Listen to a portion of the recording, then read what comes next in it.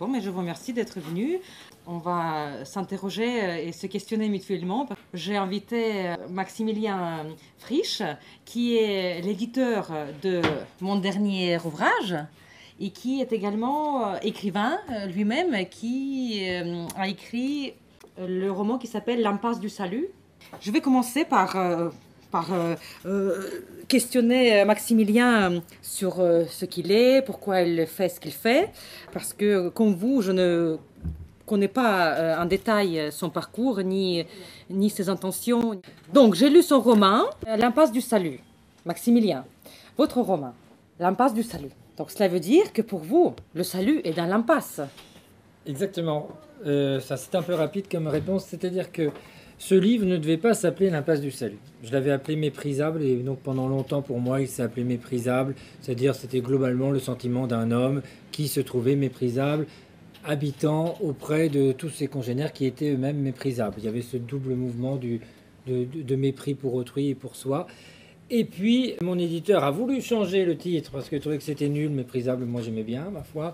Et donc, on en est venu à l'Impasse du Salut, mais c'est pas un titre exact pour l'histoire qui est contée, puisqu'effectivement, ça raconte une histoire où le salut se trouve dans l'impasse. Et peut-être il faudrait juste dire de quoi il s'agit pour que vous ne soyez pas perdus, parce que c'est déjà assez étrange de venir écouter un inconnu parler d'un livre qu'on n'a pas lu.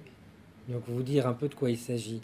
Donc c'est un homme qui globalement à 60 ans a fini sa carrière, qui est mis à la retraite de façon anticipée, donc qui a le sentiment de ne plus avoir d'utilité sociale.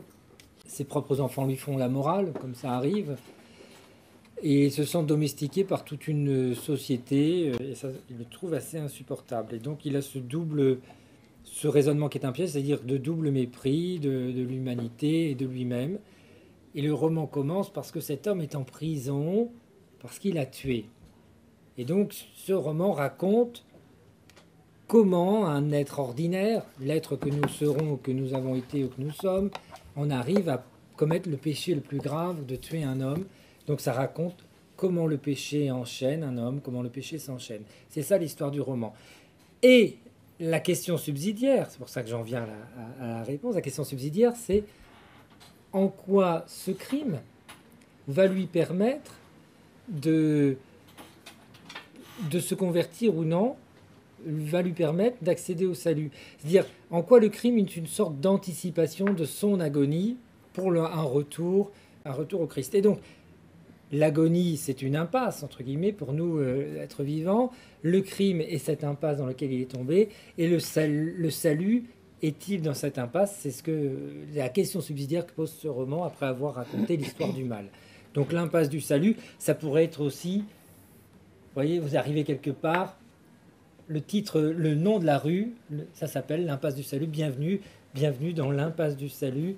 C'est le coup de grâce, véritablement, c'est-à-dire le crime qui apparaît comme un coup de grâce, le moment, l'ultime grâce qui est donnée pour le retour du pécheur au Christ. Donc le salut, il est quand même, reste possible. Le salut, il est... Ah bah oui, il y a certains qui lisant le titre de ce roman, on dit mon Dieu, c'est peut-être pas très catholique, l'impasse du salut. Le salut n'est pas une impasse. Enfin, quand on a lu Bernanos, qui est capable de sortir un titre sous le soleil de Satan, on sait que quand même l'expression de notre sentiment religieux en littérature est quelque chose qui manipule le péché, parce que c'est notre nature humaine.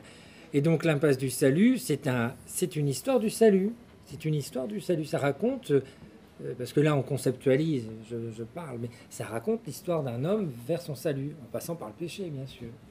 Et Maximilien, l'histoire donc d'un meurtrier qui a tué et qui passe tout un chemin après de conscience, de prise de conscience, de réflexion sur l'action, cela nous rappelle à tous un certain Dostoïevski. N'est-ce pas? C'est très gentil, ça. Dans l'idée de parler on connaît très bien ce grand ouvrage Crime et Châtiment. où il y a une histoire où Dostoïevski il met en avant le héros qui se demande s'il est capable, s'il est libre, jusqu'où va la liberté, est-ce qu'il est capable de tuer et il fait ce pas et après il y a la prise de conscience. Qu'est-ce que vous pouvez en dire? Est-ce qu'il vous a inspiré, cet écrivain russe? Clairement, ça fait partie de mes références. Alors moi, j'ai plus L'idiot en tête que Crime et Châtiment, mais peu importe. Et j'ai Bernanos aussi comme ça qui m'habite dans ma volonté d'écrire un livre, un roman chrétien, mais un roman avant toute chose, c'est-à-dire quelque chose qui pourrait toucher quelqu'un qui n'a pas forcément de sentiments chrétiens, comme Bernanos peut le faire, ou Dostoïevski, mais qui est donc profondément métaphysique. Mais j'ai une autre référence. Je voulais écrire aussi, entre guillemets, l'anti-étranger de Camus. Parce qu'il y a quelque chose qui m'agaçait dans l'étranger de Camus, c'est l'absurde. L'absurde qui mène au crime. Vous savez, il y a Meursault qui regarde le soleil, il n'est pas bien, il voit une ombre, il croit que l'arabe va sortir un pistolet, donc finalement il tue l'arabe. Et donc le crime est absurde pour Camus, suite de tout un tas de choses. Pour moi, le crime n'est pas absurde parce que le mal n'est pas absurde, le mal est. Le mal existe. Et donc là-dedans, quand mon héros en arrive à tuer quelqu'un avec sa voiture, puisque l'arme d'un homme banal comme nous, c'est une voiture, hein, il le tue. On pourrait dire, il pourrait y avoir une lecture, tiens, c'est absurde, finalement il a accéléré parce qu'il y avait un embouteillage, parce que ces jeunes gens l'agaçaient, etc. Mais en fait, non. Il l'a tué parce qu'il était déjà pécheur à cause de son péché d'adultère, parce qu'il était déjà pécheur dans sa chair, de tous ses raisonnements, parce qu'il était pécheur d'avoir vomi l'humanité. Et donc, le pécheur précède le crime. Les conditions étaient là. Le mal ne pouvait que arriver. Le crime ne pouvait que surgir comme un coup de grâce, c'est-à-dire le moment où Dieu dit, bon, là, franchement, tu as reçu beaucoup, tu as péché beaucoup, la seule façon que tu reviennes, c'est que je me retire un temps et que le crime arrive. Et donc le crime n'est pas absurde. Il y a tout dans ce livre pour que le crime aurait pu être décrit comme quelque chose d'absurde, comme dans l'étranger. Et je voulais dire simplement que le mal existait, et que le mal existait parce que le pécheur le fait rentrer. À partir du moment où il commet son premier péché d'adultère, paf, la chaîne commence à se Donc, structurer. à votre avis, celui qui commet le péché d'adultère est capable de tuer? Bah oui, c'est évident. Enfin, c'est... Oui. Donc, non, mais... Après, voilà, on est dans la relation de rédemption et d'aller-retour permanent. Mais oui, et d'ailleurs, il fait son premier péché d'adultère comme un défi. Il défie son Dieu parce que, comme c'est quelqu'un qui a du mal avec la modernité, c'est quelqu'un qui se sent domestiqué, qui n'a plus d'utilité sociale, etc. On l'a dit. Donc, en fait, son cri du cœur, il dit, mais c'est quoi cette création? Qu'est-ce que c'est que cette création? Je ne m'y retrouve pas. Il en veut à son Dieu, finalement. Et donc, son premier péché, c'est un péché d'orgueil. Et donc, il va aller vers l'adultère comme pour provoquer son Dieu. Et à force de provoquer, il va recevoir le coup de grâce. Il provoque Dieu en duel, en fait.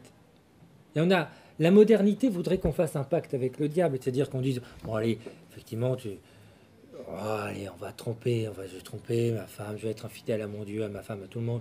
Et on va se justifier, s'auto-justifier, créer des justifications de partout pour avoir la paix.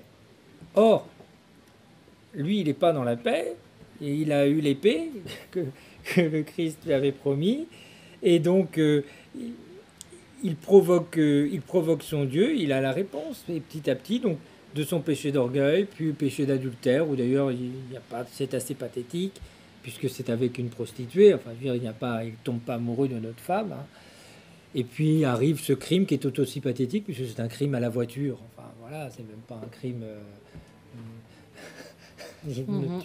il tue un innocent en voiture, bon, voilà.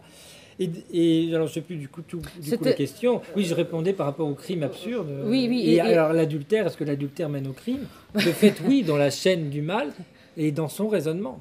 Oui, je vois cette façon de voir les choses très chrétienne d'ailleurs. Les pêcheurs qui après, malheureusement, ça vient après, mais voilà, la vie est faite ainsi que la prise de conscience ne vient pas toujours à un moment qu'on souhaiterait.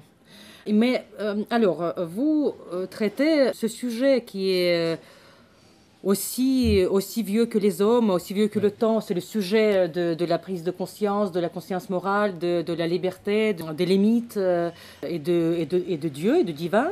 Alors, si vous traitez ce sujet, est-ce que cela veut dire que ces sujets-là, c'est des sujets qui sont finalement éternels? Si on y revient après Dostoïevski, un siècle, presque plus d'un siècle, vous revenez à ce sujet. D'ailleurs, ce genre de littérature, d'après ce que je sache, c'est quand même, aujourd'hui, c'est rare. C'est presque la littérature réactionnaire. C'est pas la mode de la métaphysique aujourd'hui. Mais même quand on parle de certaines valeurs de prise de conscience, de quelque chose qui est considéré aujourd'hui qu'on a déjà tout vu dans la littérature, ça existait déjà, il n'y a rien de nouveau. Mais on revient quand même à ces sujets. Vous revenez quand même aujourd'hui, à notre époque, à ces sujets-là qui existaient depuis toujours. Donc il n'y a pas de fin, c'est des sujets éternels. Alors c'est des sujets éternels avec néanmoins un décor différent aujourd'hui. C'est-à-dire qu'on est dans la postmodernité, il y a je le dis encore, une domestication de l'homme qui est très forte par tout un tas de cordes de rappel. On a quitté l'aventure. Une fois qu'on a vécu son aventure amoureuse et qu'on est rentré dans une entreprise, l'entreprise, c'est un camp, une entreprise, en vrai. Enfin, moi, ça fait 20 ans que je suis dans la même entreprise. Et il y a quelque chose, par les systèmes, par le jargon, etc., qui broie véritablement.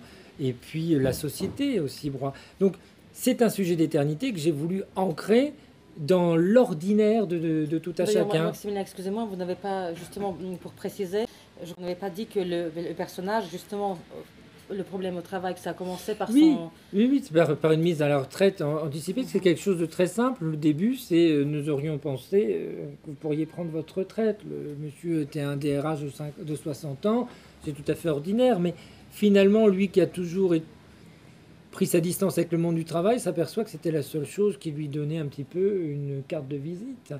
Et il y a des scènes, effectivement, où on voit comment le monde du travail agit comme un système sur la personne humaine. Donc c'est un sujet d'éternité qui est actualisé, updaté, comme on dirait aujourd'hui. C'est la métaphysique 2.0. Néanmoins, ce n'est pas du tout un sujet à la mode. Aujourd'hui, très peu de livres traitent de métaphysique.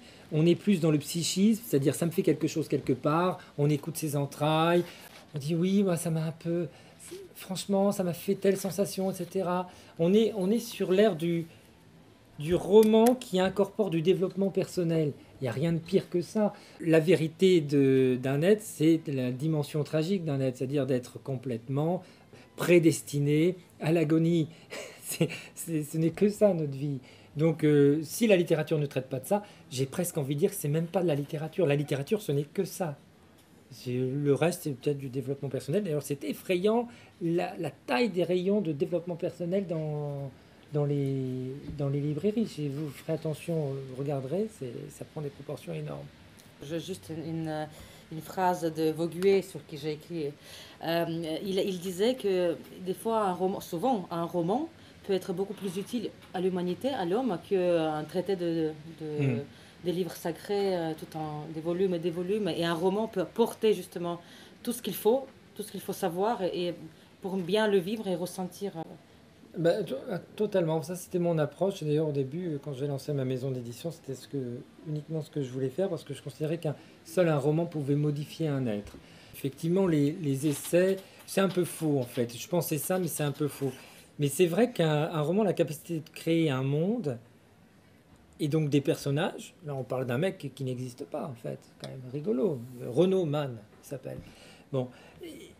Et donc, si le roman est crédible, on peut être modifié parce qu'on épouse l'histoire de ce personnage et on comprend davantage des choses par l'incarnation. Parce qu'en fait, un roman, ce n'est que de l'incarnation, c'est-à-dire de la chair faite verbe, c'est un peu l'inverse.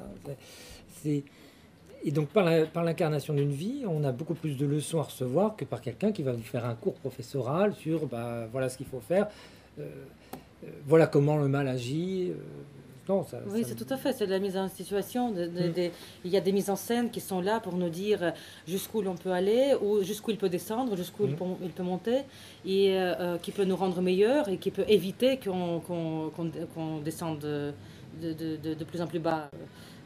Voilà, dans la vie, qui pose la question du sens de la vie et que absolument. Bon, après, le roman qui a le but didactique, les romans que vous avez écrits, c'est le but, disons, vous portez un message, c'est quand même, il y a une moralité, et c'est un roman, comment on appelait ça avant, les romans à thèse. Et Oui. Aujourd'hui, en tout cas, c'est très rare, je ne vois pas beaucoup de romans comme ça. Après, c'est assez elliptique, hein. Il y en a qui n'ont pas... Moi, j'ai voulu écrire une allégorie du Sacré-Cœur à la fin du roman, il y en a qui n'ont pas capté, hein. Enfin, c'est assez elliptique, ça reste un roman, il y a de la poésie, on se retire, c'est-à-dire on laisse le lecteur tisser, on laisse le lecteur justement être modifié, donc c'est à thèse sans être à thèse, c'est à thèse parce qu'on glose dessus, là, c'est-à-dire qu'on fait l'exercice intellectuel après. C'est un petit peu comme une œuvre d'art. Une œuvre d'art, le bon ordre, c'est d'abord de contempler, puis après de faire le discours. Si c'est l'inverse, à ce moment-là, c'est de l'art contemporain et ce n'est pas de l'art. Mais un roman, voilà, on est d'abord dans l'histoire de ce renomade qui, on se dit, mon Dieu, il est englué dans ses pensées, dans sa vie quotidienne, etc. Et puis après, on fait ce qu'on fait aujourd'hui, c'est-à-dire on fait du discours, et donc ça devient un roman à thèse a posteriori, mais ça ne l'est pas a priori. Mais quand le lecteur le lit? Ah bah après, il verra, quand il le digérera. Mais je pense qu'au début, il trouve que ce renomade est un peu odieux avec sa femme. Il trouve qu'il va rire sur les scènes de travail parce que les scènes de travail vont lui rappeler forcément ces scènes en entreprise qui sont absolument dignes de l'idiocratie parfois. Et puis voilà, il va être porté par l'histoire et c'est en refermant le livre qu'il va construire et la vous thèse. savez, ça me fait penser à Clive Staples Lewis, qui a écrit la trilogie cosmique. Il y a le premier volume. D'ailleurs, Lewis, c'est quelqu'un qui était prosélyte, très croyant et qui a fait un grand travail de prosélytisme chrétien à travers ses œuvres. Et alors là, il y avait une discussion d'un scientifique qui est parti voyager dans les capsules, qui est parti sur une planète on pouvait croire que c'est une planète Mars, qui ressemblait, mais c'est un autre nom. Et il rencontre leur dieu à eux. Donc à un moment, il y a cette rencontre avec... Et ce dieu de cette planète, il lui répond il disait le plaisir n'est total, n'est vrai que quand il passe au souvenir. Au souvenir. Et que la vérité, le plaisir, il devient vrai et total, c'est dans le souvenir. Il dit que maintenant, on discute avec toi, c'est bien, mais maintenant, quand il y aura la fin de discussion, on partira chacun de notre côté, on va y repenser, donc on aura encore plus, ce sera plus intense, parce que c'est dans les souvenirs. Et il disait, imagine maintenant, juste avant de mourir, je penserai à toi, et là, ça va être vraiment... quelque chose quand je vais me souvenir de ma vie. Il y a une réécriture, il y a une réécriture par le souvenir et qui rend encore plus réel parfois exactement, c'est les une histoires sorte et les relations. La réalité qui est quand on lit en moment de lecture, il n'y a rien qui va se passer, mais c'est tout à fait en réfléchissant, bien sûr que les choses se passent, et souvent on réfléchit sur les actes passés, quand on les analyse, on comprend. Maximilien, pourquoi avez-vous choisi ce sujet en particulier? Est-ce que ça vous tient particulièrement à cœur personnellement? Oui. Vous avez un message particulier à passer? Oui, enfin, j'ai choisi ce sujet parce que ça faisait simplement partie de mes troubles, hein, tout simplement. Qu'est-ce que vous avez comme trouble? Simplement cette espèce de mépris, de gargouille, si vous voulez. Je me sens parfois gargouille au sens où je suis tenté de vomir le monde qui m'entoure, que je trouve méprisable, parce que ce monde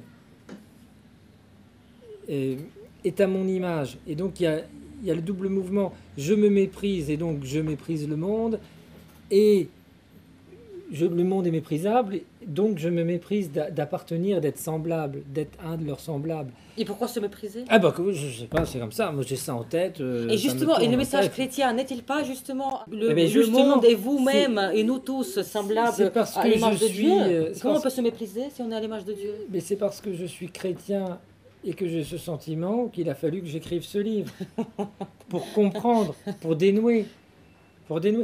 En fait, c'est toujours une adresse au Créateur. À un moment donné, on écrit, on dit bon, on a le droit de pas être d'accord, de ne pas comprendre. Et on lui dit. Et quand on lui dit, on s'adresse encore à lui, donc on est encore dans une relation religieuse. C'est pas blasphématoire de lui dire je suis pas d'accord, je comprends rien. Tout à fait. Je suis pas d'accord avec tout ça. Bah, à partir du moment où je lui dis, je me rachète en lui disant, entre guillemets. Oui, en quelque sorte, c'est le même chemin que ça m'arrange. Votre héros, mais sauf que vous n'avez pas encore tué. Bah, j'espère. Non, j'ai pas encore tué, mais j'ai pas encore 60 ans. et non, mais voilà, on écrit un livre, on tue en écrivant un livre. Est-ce que vous êtes satisfait de votre roman? Est-ce que vous avez pu exprimer ce que vous avez voulu exprimer? Oui. C'est tout ce que vous avez voulu dire, vous avez réussi à le dire. Oui, je m'y sens entièrement. J'ai écrit d'autres romans avant. Publié, non publié, j'en ai écrit après, publié, non publié. Celui-là, j'y suis particulièrement attaché parce que j'ai l'impression d'avoir mis ce que j'avais dans la tête, quoi. Ouais, j'y suis. Disons que si on me connaît pas, on me connaîtra mieux, quoi. Mais peut-être ça serait pas mal que je lise l'Incipit quand même, parce qu'on parle d'un roman, c'est bien qu'il s'incarne, non? Que je lise la première. Allez-y, faites, bien sûr. Si vous avez choisi un extrait. Je vais lire le début, parce que je trouve que c'est toujours marrant de lire le début d'un livre. Ça permet de voir un style, tout à fait. Allez-y. Alors, tôle. Hier, aujourd'hui et demain forment une bouillasse dans son crâne. L'individu qui est en prison s'est installé dans un marécage de pensée où le crime, le sien, est omniprésent. Un jeune corps fauché par les genoux, une tête qui percute le métal et le sol, la mort en quelques secondes. La mort en diaporama perpétuel. L'individu est un homme de 60 ans et des poussières qui flotte dans ses pensées comme on tâtonne dans le poisseux. Le crime est l'ivresse du dérapage et la nausée d'être allé trop loin. Il en est arrivé là et ne s'étonne même pas. Il en est arrivé là au terme de tellement de banalités. La prison après la vie ordinaire. Il savoure juste l'ironie du sort comme on goûte d'être le clou du spectacle. Renaud Mann est un assassin. Cette nouvelle identité a pris réellement cher depuis qu'il est en prison. Il mâche cette idée neuve qui est en fait un vieux projet resté sous forme de salive, de molar. Il est né assassin. Alors, je ne lis que ça, mais c'était pour vous dire comment ça a commencé, puis pour que le livre s'incarne, parce qu'il s'incarne quand même par un écrit. Votre style, j'ai remarqué quand je lis votre livre, c'est particulièrement sombre. Vous avez utilisé beaucoup de... Il n'y a que des phrases courtes. Vous ne faites pas de long développement. C'est assez... Qu'est-ce que c'est comme style? Pourquoi vous avez choisi ce style-là? On choisit pas un style en fait. Hein. On choisit pas un style. On se met à écrire et c'est nous. C'est comme ça. Enfin, je sais pas, choisir un style, ça serait faire commerce de soi-même. Moi, j'ai pas choisi. En revanche, c'est comme ça que j'ai l'impression d'être vrai. Il est nécessaire de manier l'ellipse. Et parce que l'ellipse, c'est la poésie dans la narration. Et dès lors qu'il y a poésie, on est soit dans l'aphorisme, soit dans l'ellipse, c'est-à-dire soit dans le et ça crée des raccourcis dans le labyrinthe. Un texte, c'est un labyrinthe, c'est une trame, c'est un piège. Et pour accéder à un petit vertige qui nous fait comprendre davantage ce que l'auteur veut dire, eh bien, il faut soit se retirer par l'ellipse, soit fonctionner en aphorisme qui est une forme de claque. Et donc, c'est ça que j'utilise, mais là encore, je conceptualise quelque chose que je n'ai pas choisi. Voilà. Si j'écris un texte académique, je vais écrire un peu différemment. Mais là, c'est une histoire qui s'incarne comme ça. Mais à la fin, votre personnage... À la fin, bon, je ne sais pas si on peut parler à la fin. Ça commence par la fin, donc vous savez qu'il est en prison, qu'il a tué. Après, il y a quand même cette prise de conscience, justement. C'est quand même, ce qui lui est arrivé, ce n'est pas la même chose qui arrive qui est arrivé au personnage de Dostoïevski. Ce n'est pas la même Non. prise de conscience. Il a quand même, il a vu, il a commis un meurtre, il a fait mal. Mais je ne sais pas s'il a. En fait, la Je- prise de justement, conscience de la fin, c'est qu'en gros, il apprend à se faire pitié lui-même. C'est-à-dire qu'il revient à son premier péché, le péché d'orgueil. Mais arriver à avoir pitié de lui-même, il parvient à ça. Et ayant pitié de lui-même, se faire plus petit et C'est un accepter premier le pas pour salut. vous. Disons, c'est un pas vers le. Exactement. C'est ça, c'est une toute petite prise de conscience. Hein. C'est en gros, mais pourquoi tu te méprises alors même que Dieu qui est tout par rapport à toi qui n'est rien, t'aime. Pourquoi tu ne t'aimerais pas un peu? Pitié, en fait, c'est une mini miséricorde pour lui-même quoi, qu'il exprime. C'est tout petit, hein. Oui, c'est très petit. Et il y a même, il y a même comment il s'appelle, David Lépée là, de la revue Éléments, qui n'a pas vu ça. Mais lui, il n'est pas chrétien. Alors, il a lu le livre. Il n'a pas vu. Pour lui, c'était très sombre jusqu'à la fin. Il n'a pas vu ce petit retour. Mais c'est très subtil, c'est très très fin. Bah oui, mais D'ailleurs, je ne sais pas si tout le monde comprendra de la même façon. Eh ben, Parce que c'est très. c'est le propre d'un livre de nous échapper à un moment donné. Et il devient ce que le lecteur en fait aussi. Oui, j'avais tendance aussi de voir quand même un petit peu que c'est sombre et qu'il y a. Il traduit quand très même, peu- il traduit quand même à la fin sa misère en prière. Il fait c'est-à-dire que il laisse les prières de l'Église que l'on connaît le traverser, il les transforme en un nouveau poème. C'est-à-dire là, il se fait gargouille, mais gargouille humble, c'est-à-dire qu'il se laisse traverser par les prières de l'Église pour en faire des poèmes. C'est une forme de pénitence qui lui est offerte et qui lui permet effectivement de se faire pitié. C'est discret, mais il y a quand même ces poèmes, ces prières transformées en poèmes qui sont présentes. Alors, pour passer, donc Oui. pour faire un passage logique donc, de votre ouvrage à mon humble essai, je voulais vous poser la dernière question. Oui. Est-ce que pour vous, j'ai noté donc cette question, est-ce que pour vous la prise de conscience ici, en Europe, en Occident plutôt même, on parle large, est-elle envisageable? Et croyez-vous à la renaissance spirituelle de l'Europe? Bien sûr que j'y crois, sinon sinon il y a plus d'espérance. J'y crois pas forcément de notre vivant néanmoins, mais je pense que nous avons une mission de sanctuarisation et de transmission. Et dans cette mission de transmission, il y a la littérature, il y a la poésie. On a une période qui est très pauvre en poésie. La dernière période pauvre en poésie, c'était le XVIIIe siècle. Il nous faut des André Chénier pour transmettre. Et on ne peut pas transmettre que par du savoir, sous forme d'essais, etc. Il faut transmettre par tous les arts. Et donc moi, c'est la littérature et les romans. D'autres, ça va être la peinture. Et je pense que la dimension spirituelle passera par le rétablissement de la dimension métaphysique. C'est-à-dire que aujourd'hui, il y a une vraie perte de conscience métaphysique de la dimension tragique de la vie humaine. Quand on est dans ces zones périurbaines avec ces terrains piscinables et la TNT, on oublie même qu'on est mortel. Hein.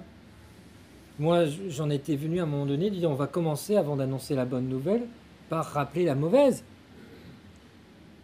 On va tous crever, on a peu de temps pour faire ce qu'on veut faire et les faire de façon honnête. Rappelons d'abord la mauvaise nouvelle, l'impasse du salut si on veut, et c'est peut-être comme ça qu'on arrivera à transmettre et qui permettra dans des générations futures qu'il y ait une renaissance spirituelle de l'Occident. Je pense pas beaucoup qu'on la verra de notre vivant. Les choses sont quand même très... On est dans une collaboration totale à la destruction de la civilisation et de l'être humain même. Il y a de telles forces de collaboration que, à moins qu'il y ait un chaos que je ne souhaite pas, parce que ceux qui rêvent d'une guerre civile, il n'y a rien de pire que de se tuer entre frères. Donc à moins qu'il y ait un chaos qui permettrait du coup un retour de balancier rapide au spirituel, donc, chose que je ne souhaite pas, donc je pense que ça sera long et qu'on ne le verra pas de son vivant. Merci Maximilien, merci beaucoup. Je pense qu'on va passer...